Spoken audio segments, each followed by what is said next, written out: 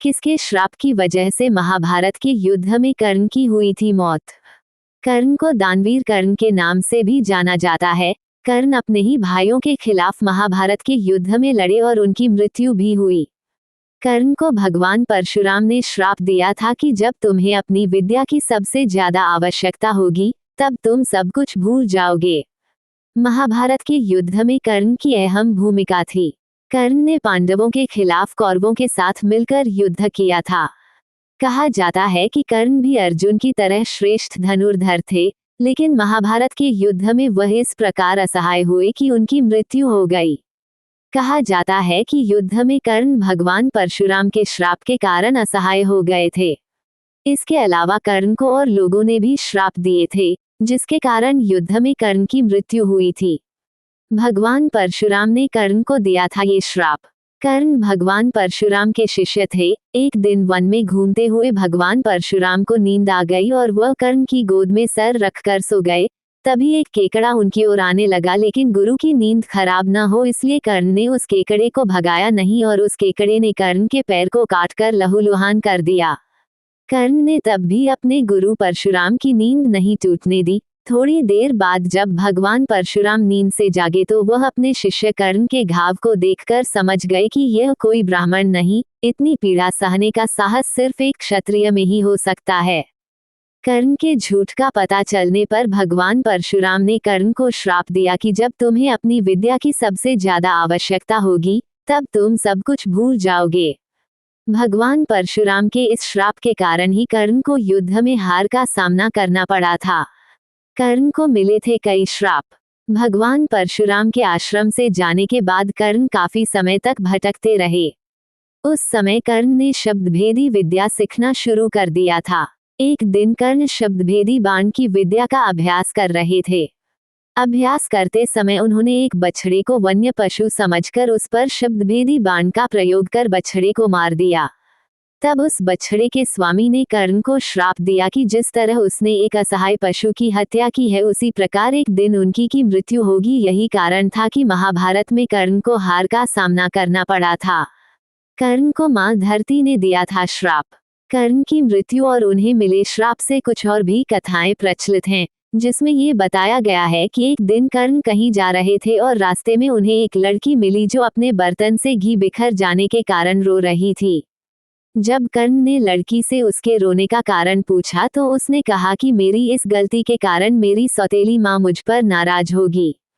तब कर्ण ने उससे कहा कि वो उसे नया घी लाकर देंगे, लेकिन लड़की ने कहा कि उसे वही मिट्टी में मिला हुआ ही घी चाहिए। साथ ही उसने नया घी लेने से भी मना कर दिया।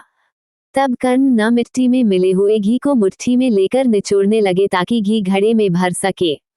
इस दौरान कर्ण ने अपने हाथ से महिला के रोने की आवाज सुनी और जब उन्होंने मुट्ठी खोली तो उसमें धरती माता को पाया। पीड़ा के क्रोध में धरती माता ने कर्ण से कहा कि एक बच्ची के घी के लिए तुमने मुझे इतनी पीड़ा दी, और कर्ण को श्राप दिया कि एक दिन उनके जीवन के किसी निर्णायक युद्ध में वह भी उनके रथ के पहिए को उसी तरह पकड़ लेगी जिस तरह कर्ण ने उन्हें अपनी मुट्ठी में पकड़ा है। तब वह अपने शत्रु के सामने असहाय हो जाएंगे। कर्ण किसका अवतार था? महाभारत के योद्धा कर्ण सूर्य देव के अंशावतार थे। कर्ण को सूर्यपुत्र कर्ण भी कहा जाता है। कर्ण से जुड़ी कुछ और खास बातें। कर्ण के पूर्वजन्म में वे दंभोदभवा नाम के असुर थे। सूर्य देव ने कर्ण को वरदान स्वरूप पुत्र दिया था। कर्ण ने भगवान परशुराम से शिक्षा प्राप्त की थी। कर्ण के पालक माता पिता का नाम अधिरथ और राधा था। कर्ण की वास्तविक मां कुंती थी और उनके धर्मपिता महाराज पांडु थे।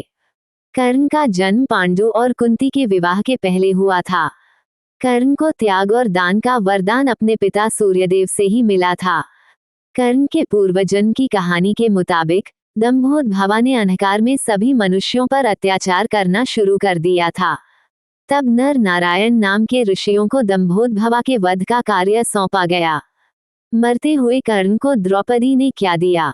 महाभारत के मुताबिक द्रौपदी ने मरते हुए कर्ण को कुछ नहीं दिया था। कर्ण और द्रौपदी के बीच कोई प्रेम संबंध नहीं था। द्रौपदी पांचों पांडवों की पत्नी थी। कर्ण और द्रौपदी के बारे में कुछ और बातें। कर्ण और द्रौपदी स्वयंवर, राजसूय यज्ञ, और धूत क्रीड़ा के अवसर पर ही आमने सामने मिले थे। कर्ण ने धूत क्रीड़ा के बाद द्रौपदी का अपमान किया था। कर्ण की मृत्यु के बाद द्रौपदी दुख से मूर्छित हो गई थी। होश आने के बाद वह दौड़कर कर्ण के शव के पास गईं और विलाप करने लगी। उन्हें बहुत पछतावा हुआ कि उन्होंने स्वयंवर में कर्ण जैसे महान योद्धा का अपमान क्यों किया था। कर्ण की मृत्यु के बाद युधिष्ठिर ने समस्त नारी जाति को श्राप दिया था। युधिष्ठिर ने कहा था कि उस समय के बाद से स्त्रियां किसी भी भेद को छुपा नहीं पाएंगी। कर्ण की प्रेमिका कौन थी? महाभारत के कर्ण की प्रेमिकाओं के बारे में अलग अलग जानकारी मिलती है। कर्ण और पद्मावती के बीच प्रेम था। पद्मावती ने कर्ण को अपने राजभवन ले जाया था। वहां कर्ण और पद्मावती एक दूसरे से प्रेम करने लगे थे। कर्ण और अंसावरी के बीच भी प्रेम था। अंसावरी ने कर्ण की वीरता की कहानी अपने पिता को सुनाई थी। इसके बाद महाराज चित्रवत का सैनिक कर्ण के पास पहुंचा और कर्ण को राजभवन ले गया। वहां राजकुमारी अंसावरी ने उनका स्वागत किया। कर्ण की पहली पत्नी वृषाली थी। वृषाली दुर्योधन के सारथी सत्यासेन की बेटी थी। कर्ण की मृत्यु के बाद वृषाली ने उसकी चिता पर कूदकर आत्मदाह कर लिया था। कर्ण की दूसरी पत्नी सुप्रिया थी। सुप्रिया दुर्योधन की पत्नी भानुमति की सहेली थी। तमिल साहित्य में कर्ण की पत्नी का नाम पोन्नारुवी बताया गया है। पोन्नारुवी कलिंग की राजकुमारी थी। कर्ण की अंतिम इच्छा क्या थी? कर्ण ने श्री कृष्ण के सामने अपनी अंतिम इच्छा रखी। उन्होंने कहा कि वो चाहते हैं कि अगले जन्म में कृष्ण उन्हीं के राज्य में जन्म लें, और दूसरे वरदान में उन्होंने कहा कि उनका अंतिम संस्कार ऐसे स्थान पर हो जहां कोई पाप ना हो। मृत्यु के बाद कर्ण का क्या हुआ? कर्ण ने इसे ब्राह्मण को दान कर दिया और फिर मोक्ष प्राप्त करने में असमर्थ रहा, जिसके कारण कर्ण नरक में चला गया। भगवान कृष्ण तब कर्ण से कहते हैं कि अपने अगले जन्म में वह एक सच्चे भक्त के रूप में पुनर्जन्म लेगा और मोक्ष तक पहुंचेगा। मरते समय कर्ण ने भगवान कृष्ण से क्या मांगा था? कर्ण ने मांगे थे 3 वरदान। कर्ण ने वरदान रूप में अपने साथ हुए अन्याय को याद करते हुए भगवान कृष्ण के अगले जन्म में उसके वर्ग के लोगों के कल्याण करने को कहा। दूसरे वरदान रूप में भगवान कृष्ण का जन्म अपने राज्य लेने को मांगा, और तीसरे वरदान के रूप में अपना अंतिम संस्कार ऐसा कोई करे जो पाप मुक्त हो। कर्ण का अंतिम संस्कार किसने किया था? चूंकि पूरी धरती पर ऐसा कोई स्थान नहीं था, इसलिए भगवान कृष्ण ने कर्ण का अंतिम संस्कार अपने हाथों से किया। इस तरह दानवीर कर्ण की मृत्यु के बाद उसे वैकुंठ धाम की प्राप्ति हुई। क्या पांडव कर्ण से स्वर्ग में मिले थे? केवल सबसे बड़े पांडव युधिष्ठिर ही इंद्र के रथ पर सवार होकर स्वर्गलोक के द्वार पर पहुंचे।